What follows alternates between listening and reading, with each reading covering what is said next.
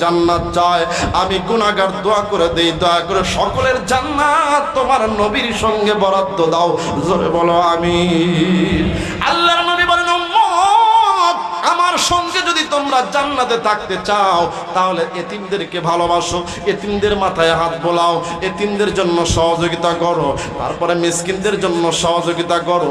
বাবা রে, আজকে অনেকেরই আব্বা আম্মা কবরে শুয়ে আছে আর কাঁদতেছে আর বলতেছে, বেটা কবর যে এত কঠিন জায়গা আগে জানতাম না, হাসরের ময়দান যে এত কঠিন হবে আগে বুঝতাম না। ও বেটা আমারে ভুলে থাকিস না রে। অনেকেই কবরে শুয়ে শুয়ে কাঁদতেছে। ও বাবা, দুনিয়ায় আমরা বুঝতে না পারলে কবরওয়ালারা ঠিকই বুঝে গেছে। তুমিও যখন যাবা তুমিও বুঝতে পারবা কবর কারে কয়। এই জন্য এখনো সময় আছে। অনেক সন্তানেরা আছে যাদের বাবা মা কবরে আছে, আজকে যদি এতিমদের মুখে তুমি একটু হাসি ফোটাইতে পারো। অনেকে বলতে পারেন, তাহলে হুজুর আপনারা মাদ্রাসার ছাত্ররা কি এতিম? এ মুসলমান, মাদ্রাসা অধিকাংশ গরিবের ছেলে পড়ে। আজকে আমি নিজে নিজে একা একাই চিন্তা করতেছিলাম, হায় রে হায়, কারণ দুনিয়া আর আখিরাত একসাথে জমা হওয়া কঠিন। কারণ যারা টাকা পয়সার মালিক হয়ে যায় ওরা আর মাদ্রাসা পছন্দ করে না, আছে না নাই? এ মুসলমান ভাই ও বাবাজিরা, মা বোনেরা, আল্লাহর নবী বলেন, তোমরা যদি এতিমদেরকে ভালোবাসতে পারো আমি নবীর সঙ্গে জান্নাতে থাকবা।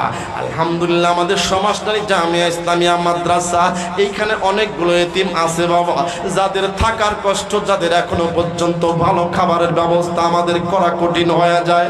আমাদের অনেক কিছুর এখনো প্রয়োজন রয়েছে, যেইটা আসলে 10 মিলে হয় কাজ। এবার যান অনেকে আবার বিরক্ত মনে করে, কয় হুজুর গো, মাদ্রাসায় আপনারা কেন কালেকশন করেন, কেন চাঁদা দেন? আসলে কালেকশন করা আমাদের দায়িত্ব ছিল না, প্রত্যেকটা মুসলমানের উপর জিম্মাদারি ছিল একদল মানুষকে আলেম বানানো।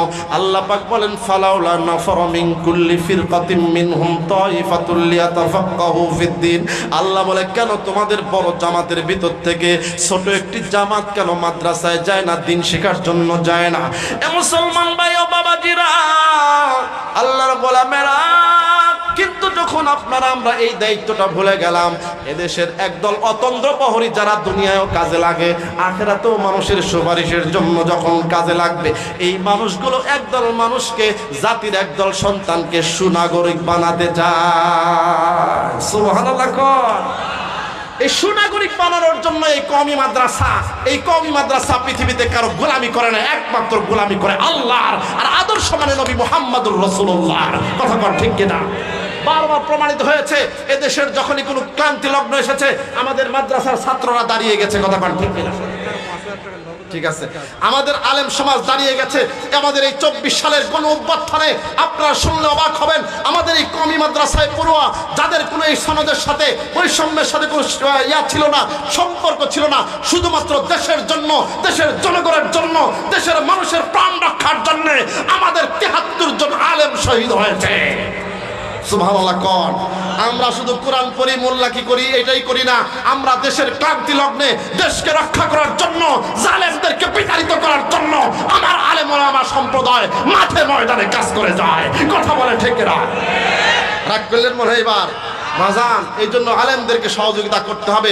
আল্লাহ রাসূল বলেন, আমি এবং এতিমের যারা জিম্মাদার হবে, এতিমদেরকে যারা দেখাশোনা করবে, মিসকিনদের জন্য যারা একটু চেষ্টা করবে, আমি রাসূল আর সে একসাথে জান্নাতে থাকবো। সুবহানাল্লাহ। কোন এই জন্য আসেন, আলহামদুলিল্লাহ, একটু কষ্ট করে আপনারা প্রত্যেক বছরই দেন। আরে এই মাদ্রাসা দেখেন কি অবস্থা ছিল এক সময়, কিন্তু আল্লাহ তাআলা অল্প দিনের ব্যবধানে আজকে আমরা যে বিল্ডিং এ বসে ওয়াজ করতেছি, এখানে 2 তলার ছাদ কমপ্লিট হয়েছে, আলহামদুলিল্লাহ। কিন্তু এখনো লক্ষ লক্ষ টাকার কাজ বাকি আছে। আমি যে রুমটায় থাকি এখনো পর্যন্ত এই রুমটা ভালো করে সারা ব্যবস্থা হয় নাই। বুঝতে পারছেন? তাহলে আমাদের দরকার আছে না নাই? একটু দেখবো যাতে এতিমদের কোনো কষ্ট না হয়, এতিম সন্তানদের জন্য কোনো অসুবিধা না হয়। এর জন্য সকলে একটু এগিয়ে আসবেন। অনেক